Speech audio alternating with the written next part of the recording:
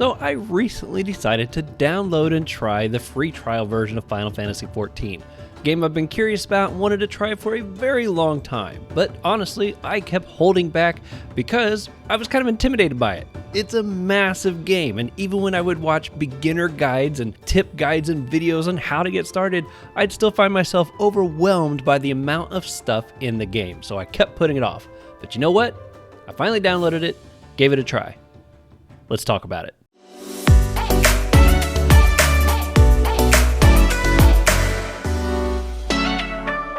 First thing up front, this isn't a guide video. This is going to be more of my first impressions, and it's a first impressions from somebody with an, oh my gosh, there's too much to this game kind of standpoint. And I think that's an important distinction. I don't think I'm the only one out there that's wanted to try it, but was too scared to just because of how big it was. So first things first, you got your character creation, different classes, male, female.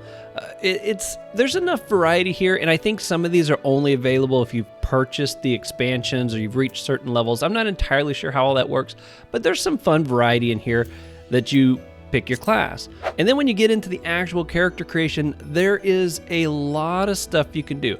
It's not overwhelming to where you're picking out details that have no effect on your character, but you can adjust the height of your character, mouth, lips, jaws, face, hair colors. There's all kinds of fun stuff you can do. So there's enough here you could actually make a really fun character if you wanted to spend the time on it. However, if you did nothing and just straight up clicked the confirm button and went with the way that they come out, you'll still have a pretty good looking character. Because what you'll find out is a lot of the customization and the looks of your characters are going to be changed up through the gear and the glamour that takes place throughout this game. After you've created your character, you are very quickly going to realize this is a very story-focused MMORPG. You get that feeling right up front that it's not all about the grind and it's not all about trying to get to that end game level, that there's something here you want to learn about as you go along. I'm going to play some footage here of just kind of the intro clip. Don't worry, I'm not going to put any spoilers in here, but just give you something to kind of give you an idea of things that you can see as you're playing this game. You can easily spend the first couple of hours or more without having a single fight, just as you go through the tutorial and meet the beginning people, talk to some NPCs, if you decide to read the information that's presented. Although Final Fantasy does a really good job of sprinkling out the content that you need to know throughout the course of the game, it doesn't really do a really good job of telling you it's going to. When you first arrive, you'll have things popping up on your screen here, kind of giving you some instructions. If you click on the menus down here, you can get quickly overwhelmed by the available information. But you'll realize that you don't necessarily need to learn all this stuff before you can play the game. You're actually going to be kind of limited on what you can do at first, but that's intentional. That's to help you start learning things in bits and pieces. And one aspect of this that's really cool is you're going to learn this game from this game.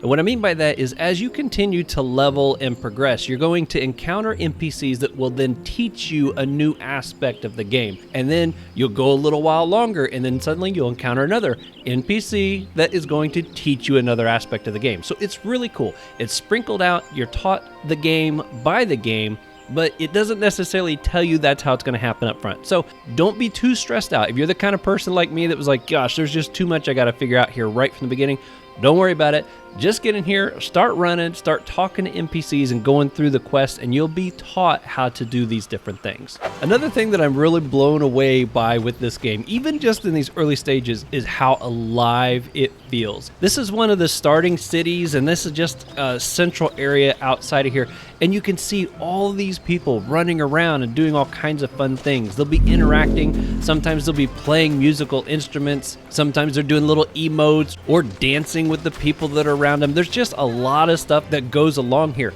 In the market area, you're going to find people that are actually building and working on their professions inside the marketplace. You'll find people that are shopping. It's just amazing to me how alive the game feels, no matter where you are.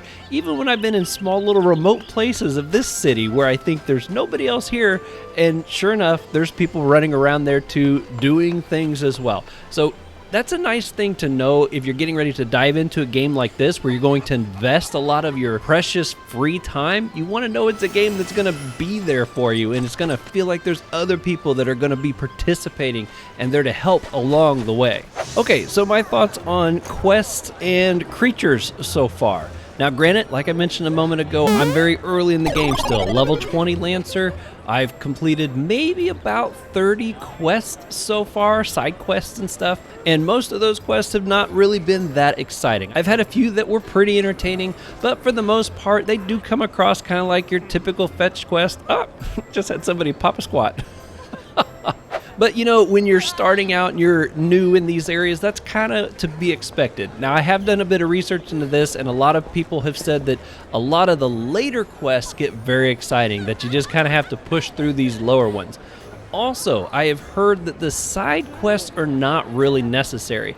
If you are the kind of person that doesn't really enjoy doing a lot of questing, you can follow just the main storyline, main quest line, and apparently you're not going to miss out on a whole lot. Now, there are side quests that will unlock things for you, and there's a whole different symbol for those so that you know when you see those. So they've done a good job of kind of helping you figure out where do you want to spend your time if that's your cup of tea. All right, when it comes to creatures, this game, even at early levels, is just so fun to look at. You start out fighting tiny cute little things like ladybugs and squirrels, things that you almost feel bad killing, and then you end up encountering some things that are just big, nasty, and want to kill you no matter how far away you are from them. Man, he's angry.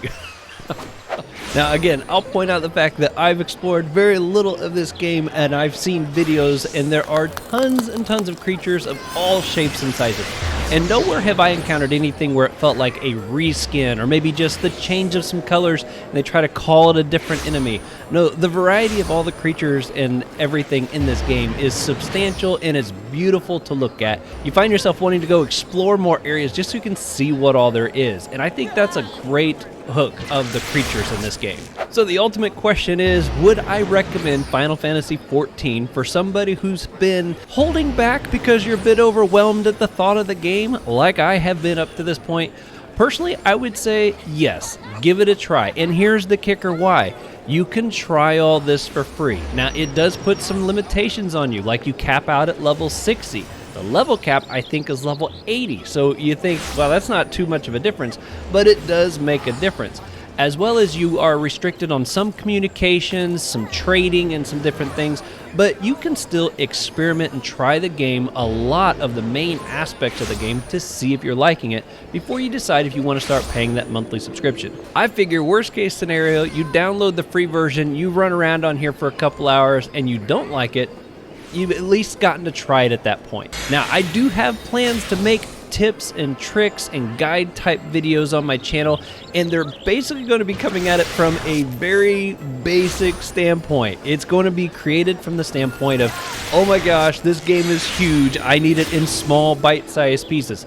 That's my goal, at least. So if that sounds like something that you would like and maybe would help you take this game in smaller strides, you might consider subscribing to the channel so you know as those begin to go up. If you're kind of curious what my style is like, I do have a lot of other guides on my channel currently for another game that I like to play called Dokus. It's a fantastic MMORPG turn-based style game. I love that game, still play it sometimes, as well as Final Fantasy XIV on my Twitch channel. I'll put my Twitch channel link in the description below if you want to go check that out and catch me live sometime.